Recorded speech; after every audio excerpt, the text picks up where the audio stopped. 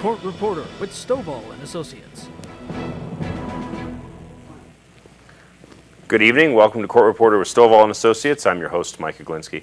Tonight, one of our first guests, or first of two guests, would be David Lory Vanderbie. Welcome to the show. Thanks. Appreciate it. In fact, candidate for the Independent American Party for the U.S. Senate.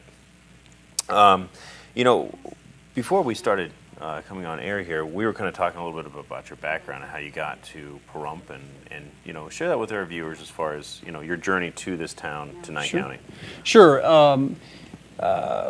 Well, as far as Nevada goes, on my mother's side, we have 7 generations in Nevada, if you can count my children. I graduated from Lincoln County High School.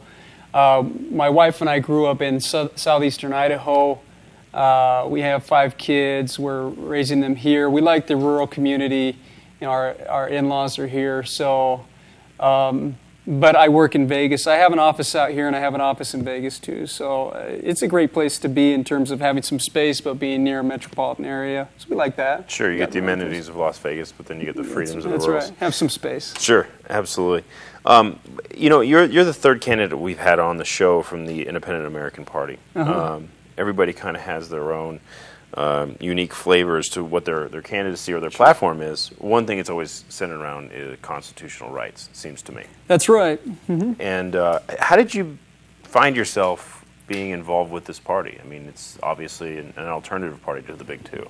Yeah, well, it is an alternative. As far as how did I find myself, well, I think over a period of years, primarily beginning as an undergrad college student, you know, and studying, taking in information about history, learning how the two major parties are essentially the same in a lot of ways. They don't really fight each other, and they work for bigger government and more government control, just in different areas. It's kind of like the Republicans work for bigger wars or defense contracts or police state, whereas the Democrats will work for a larger welfare state or more control of personal life. So, I mean, they're essentially both accomplishing the same thing, which is big government. Some of them, these get this money, and these guys over here get this money, but they're going to, you know, they're going to take turns essentially raping the American people.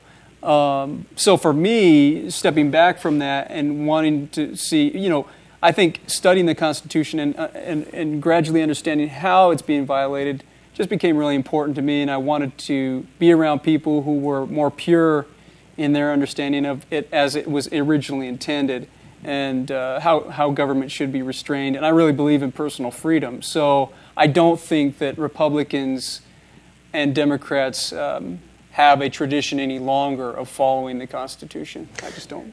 And that kind of gives a rise to the alternative parties then, whether it be the Green Party or this one.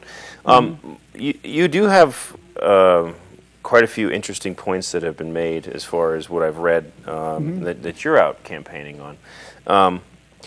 You know, one of the things that, again, always centered around personal freedoms, seems to me, but one of the things that you really have hit on quite extensively is the idea of the false flag terrorism that's occurred in the last, let's say 10 years, 15 years. Yeah, a lot of Americans people don't know what false flag terrorism is. So just to give you a sense of what that is, that would be a false flag terrorist event is when a government attacks itself or attacks its own people to blame on its enemies as a pretext for some agenda, either domestically or internationally.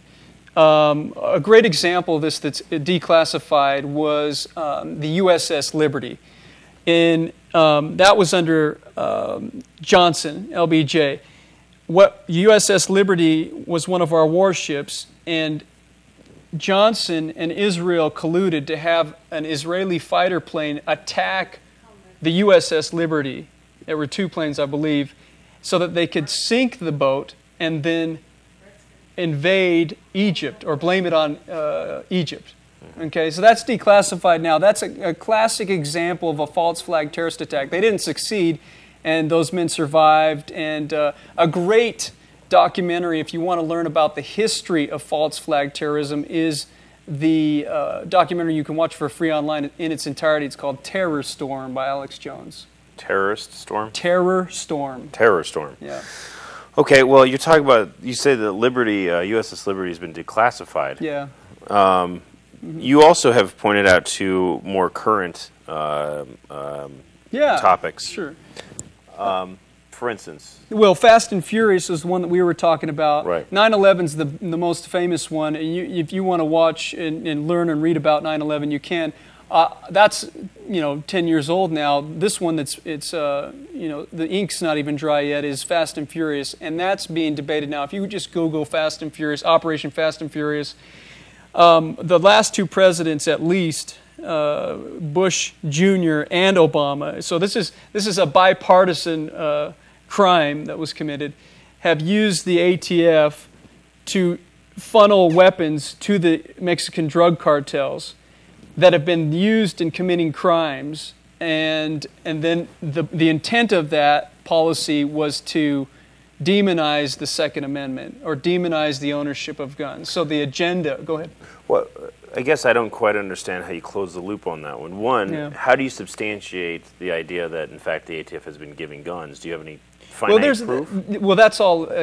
I mean, you can go and you can look that up now. That's all revealed. Okay. That's a done deal. Fair. The ATF revealed it within the ATF. I mean, there were fights within the agency itself. There are good people in the government that expose corruption within the government.